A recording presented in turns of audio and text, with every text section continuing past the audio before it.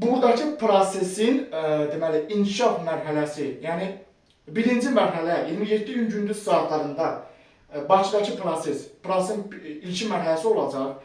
Leysan xatir yağışın yağması potensial var, şimşək çaxması gözlənilir.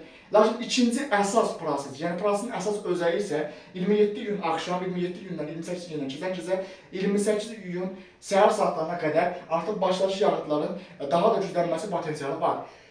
Bu barədə daha ətraflı məlumatlar kanalda yayılacaq. Ən şiddətli yağıntı Böyük Qafqazda, Dağlıq Şirvanda və Mərkəzi Aranın bugünkü məlumatlara əsasən Kürdəmir, Zərdab, Yevlax, deməli Ucar, Saatlı rayonlarında, eyni zamanda Sabirabad, Hacıqabul və Dağlıq Şirvandakı yağıntıların kifayət qədər güclü olması potensialı var. Nəticədə Azərbaycan rayonlarında bir sıra çaylarda sululuğun kəskin artması, Kür çayının yuxarı axınında, Kür çayının aşağı axınında, Araz çayında və sululuqda artım potensialı var və bir sıra daxili çaylarda, rayonlararası çaylarda, kəndlərarası çaylarda da sululuq artacaq.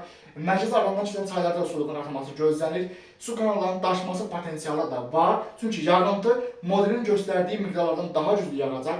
Böyük Qafqaza maksimal yağıntının 150-250 mm qədər yağması, Mərkəzi alana maksimal yağıntının 100-150-170 mm qədər yağması, Kiçik Qafqaza maksimal yağıntı 70-130 mm qədər yağması, Cəlilabad Astara isə maksimal yağıntının 27 gündən 28 gündən keçən gecə saatlarında maksimal yağıntının Cəlilabad Astarada 130-170 mm qədər yağması, Dağlıq Şirvan xüsusi risk bölgəsidir. Maksimal yağıntı lokal xarakterli 200 mm-dən artıq yağa bilər.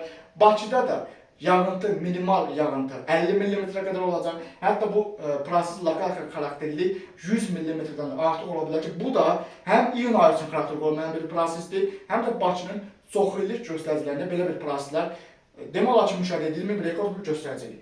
Real zaman ərzində birbaşa page və radar məlumatların təlləri əsasında son dəqiqə məlumatları kanalda yayınlanacaq. Çünki bu sistem güclü konvertiv sistemdir. Dünya praktikasında bu tip sistemlərin dəqiq trayektoriyası məlum deyil, amma artıq ikinci gündür ki, eyni siqnalı biz alırıq ki, daha çox bu sistemin nüvəsi mərkəzi aranından, Dağlıq Şirvandan və Abşerondan keçəcək. Yəni sistemin mərkəzi, ana hissəsi, bu fırtına xətti daha çox mərkəzi aran, Dağlıq Şirvan və Abşeron başdan keçəcək.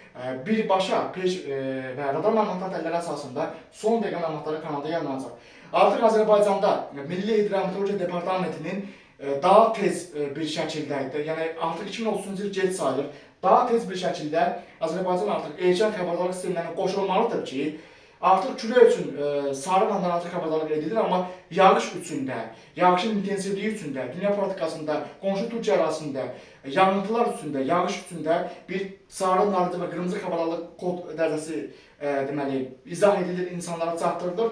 Bu da artıq insanların bu prosesi daha yaxşı dərk etməsinə səbəb olur. Yəni Azərbaycanda da artıq yağıntıların intensivliyi haqqında sarı, narıncı və lazım gələrsə qırmızı kod dərəcəsinin tətbiq edilməsi vacib sayılır.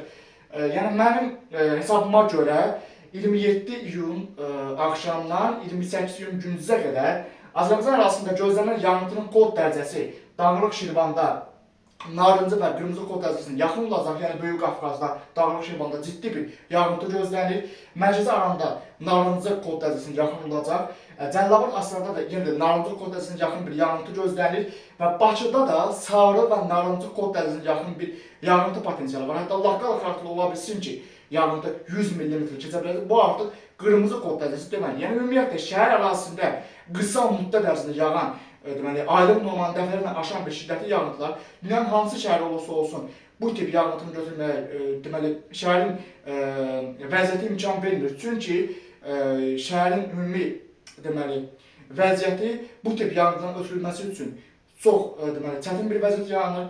Bu da o deməkdir ki, yəni Bakı da dünyanın digər şəhərləri kimi qlobal iqlim dəyişikliyi nəticəsində çox ciddi bir risk altındadır. Kanalda mən dəfələrlə bildirmişəm ki, 2030-cu ilə qədər Bakıdakı yağıntıların daha da artması artıq Bakının iqliminin rütubətli subtropik, rütubətli tropik iqlim tipə çevrilməsi gözlənir. Yəni quru yarımsahara və yarımsahara iqlimi deyil, daha çox artıq yeni iqlim norması, yeni iqlim dəyişikliyi nəticəsində yeni iqlim norması artıq qəbul edilməlidir rəsmi olaraq və artıq Bakıdakı yağıntıların yeni ilin dövründə bir xeyli artması artıq Bakının iqliminin rütubətli tropik, rütubətli subtropik iqlim tip sistemi ilə çevrilməsi gözlənilir. Bu artıq qaçılmazdır. Çünki bir daha bildirirəm ki, qlobal istiləşmə dedikdə burada təkcə qurallıqdan söhbət getmir. Çox təəssüflər olsun ki, Azərbaycandakı bir sıra, yəni elm adamları, bu işlə məşğul olanlar cəmiyyətə məlumatı düzgün çatdırmırlar. Deməli biz nəyə eşidirik mətbuatda? Daim qurallıqdan danışırlar, amma qlobal istiləşmə qurallıq demək deyil. Bunu amma insanları tərs çatdırırlar. La Nina dövründə də qurallıqdan danışırlar. El Nino dövründə də qurallıqdan danışırlar. İndi bir nəfər bundan sual verir ki, nə oldu? La Nina'da da qurallıq oldu, El Nino'da da qurallıq. Xeyr, bu belə deyil.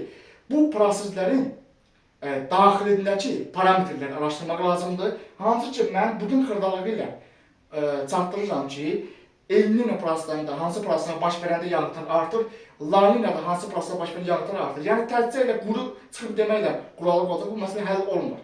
Faktiki olaraq Xəzər dənizinə yaxın olan şəhər rayonlarında və Bakı-Abşeron-Sumqayıt arasındakı yanğıtlar faktiki olaraq artmağa davam edir.